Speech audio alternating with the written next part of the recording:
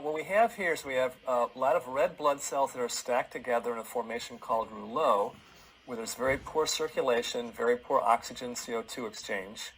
The red blood cells should be visible and separate like this one right here. Instead, they're stacked up. And there's multiple causes of that, including dehydration, poor digestion of protein, excess carbohydrates in the blood, sugars too high in the blood, and overall a low negative charge in the blood, where the potential, the zeta potential in the cells has been diminished, so the cells just clump.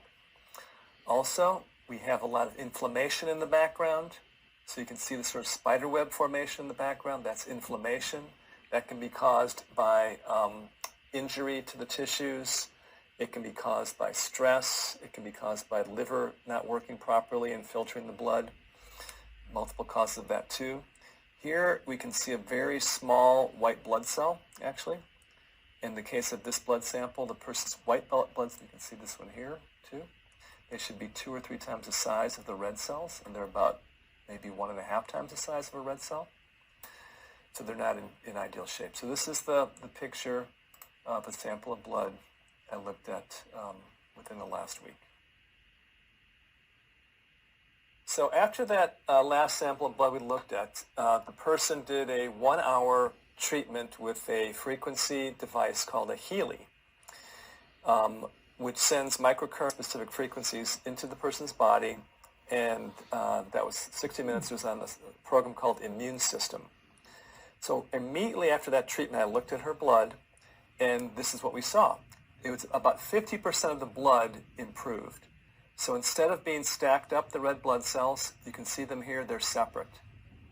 They actually can exchange CO2 for oxygen now.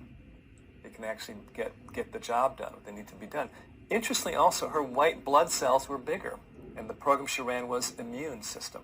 The white blood cells here, you can see, are about 2 times the size of the red cells. There's another white blood cell, more in the correct size. Some of the inflammation is gone too. The background doesn't have all that spider web type fibrin in the background. Let me run the video here a little bit. You can see, overall, the blood is a lot better.